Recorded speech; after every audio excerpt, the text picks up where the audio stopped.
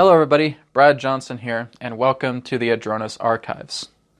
For this episode today, we're going to be looking at a breakdown of self-awakening. So I'm going to go ahead and bring Adronis in, and he'll be sharing insight on this topic. We are here at this time, and we bid you greetings, and thank you very much for the opportunity of this interaction today. I am Adronis of Sirius, and we say hello to all who are tuning in to this broadcast through your internet collective consciousness. A breakdown of self-awakening. It is when you realize that everything that you have felt within this reality, to where it truly feels nonsensical, to where it truly feels unfair, to where it feels that you cannot align to everything that the logical mind, rational mind, reasonability can try to bring to you. You go through the process of self-awakening. You realize that you start to contemplate your own being. You understand that you realize that within yourself the whole universe exists.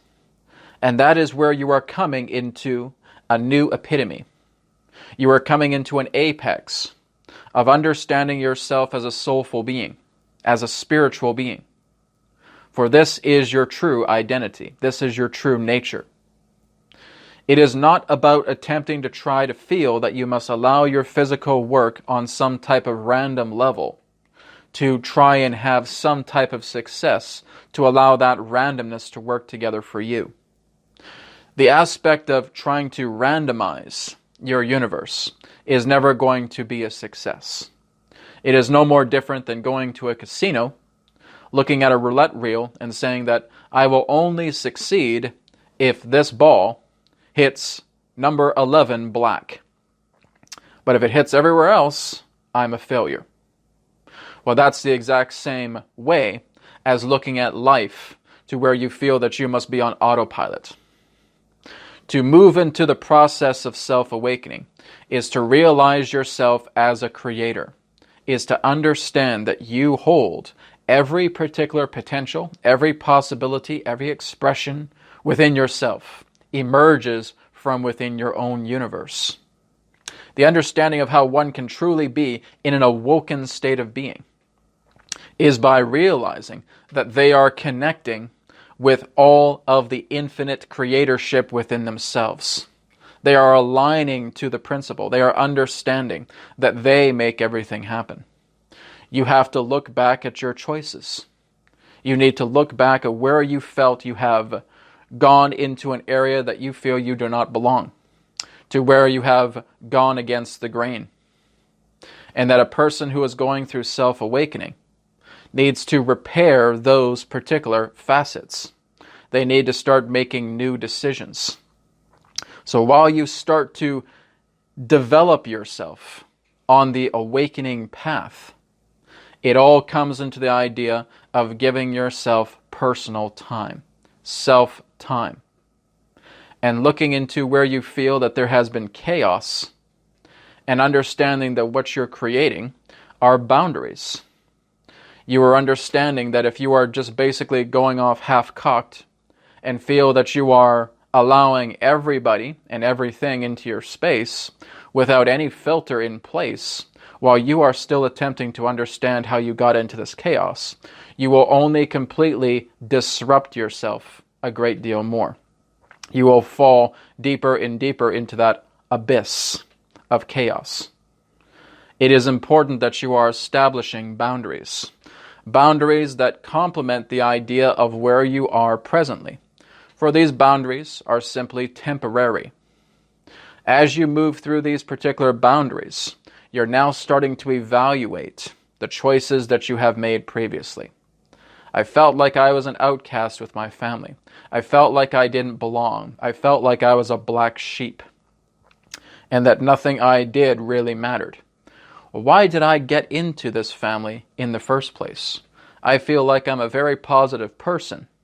How could it have happened that I've ended up with a family who has nothing in the idea of true love for me or for themselves, who really don't understand their spiritual nature? How did this happen? This happened because you decided to come into a family like this because you were once like them. You were once like that particular person. This is why you're going through an awakening experience right now, is because you felt in that sense that you were unloved, that perhaps you had a difficult time trying to love other people. But now something within you has opened. There is a blossoming that's taking place within yourself.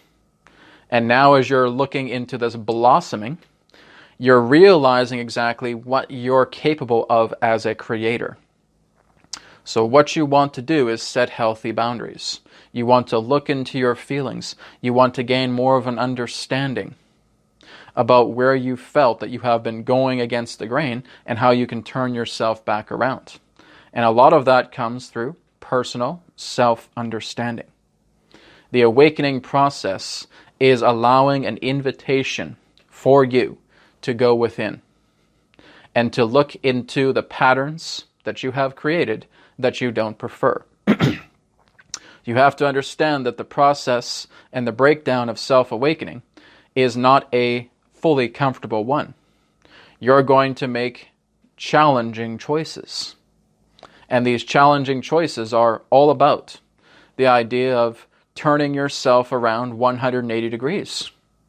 You may have to say goodbye to some people who have been a part of your life for quite some time. You may have to say goodbye to an old form of work that does not complement you, because these have always been the fail-safes. These have always been the facets that you've placed upon yourself to saying that, well, I'm not happy here, but at least I have something in that way.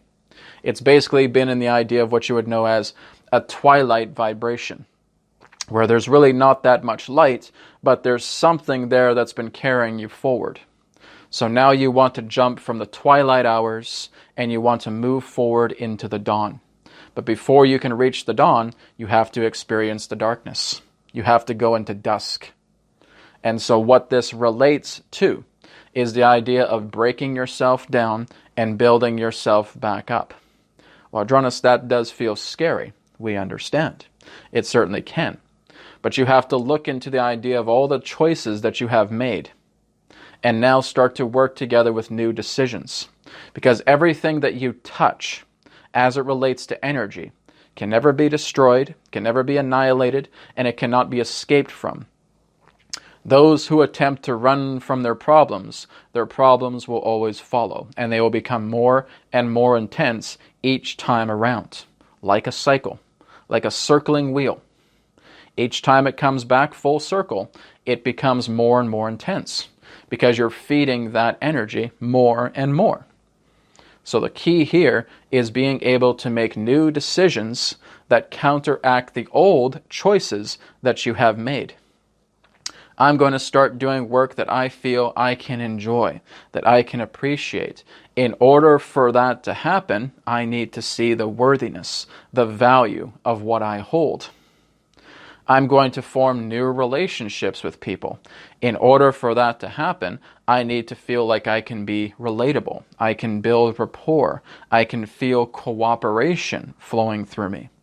I can be available to be of service. I can freely express myself. These are the areas to which you are attempting to understand that you're moving past the idea of an old paradigm to where there have been sour relationships, sour career, sour finances, sour exploration of self, and now you're attempting to bring it into sweetness. Bringing sweetness into all of that. Bringing compassion forward and moving past your darkness. So the process of awakening truly represents the prime time, as it were, of going through the dark night of the soul. This is how it's born. It's born through the state of self-awakening. And so the more that you are able to sit down with yourself, be in your own space, create healthy boundaries, starting to look into old choices that you know now you don't prefer, waking up every morning and complimenting, loving, and appreciating yourself in the grandest ways possible, this is what's going to propel you forward. Because now you're working with simple acts of kindness. You're working together with compliment. You're appreciating who you are. You're getting on your own side. So now the love starts to increase. And now you look back at your past and saying, well, there's a lot of sour stuff that's there, but the love within me is increasing so much that I can look back at that and I can change my vantage point as it relates to those old experiences. So rather than feeling that a sour experience has happened, by putting so much love towards that experience, you're reshaping the memory. You have to understand that memory itself is malleable. It's relative. It is not a permanent thing. Memory is only encased in the value of energy, the validity of energy that we put into a situation and look at it in that way. We give it the power to look at it in a certain perspective in that way. And that becomes, again, the illusion of feeling that memory is permanent. It's not. It's like a camera that's floating in the air. And you can take that camera and you can reposition it and move it into any particular angle you wish to create maybe a happy memory, a happy moment, rather than something that looks sour and sad. So you're taking your love energy and you're working in washing clean that old memory that made you feel like you were powerless, that made you feel separate, that created the 3 traumas of man: abandonment, rejection, and abuse, all created through the one substance known as lack. And so now you're working in turning your lack into love. And that love will happen as you start to complement yourself, getting on your own side, working with yourself, being your ally as much as you can on a daily basis.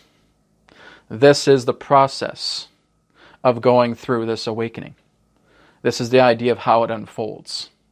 Working with yourself, being your ally, giving yourself time to explore yourself and creating healthy boundaries so that you now have the time to explore yourself as you unfold into your awakening.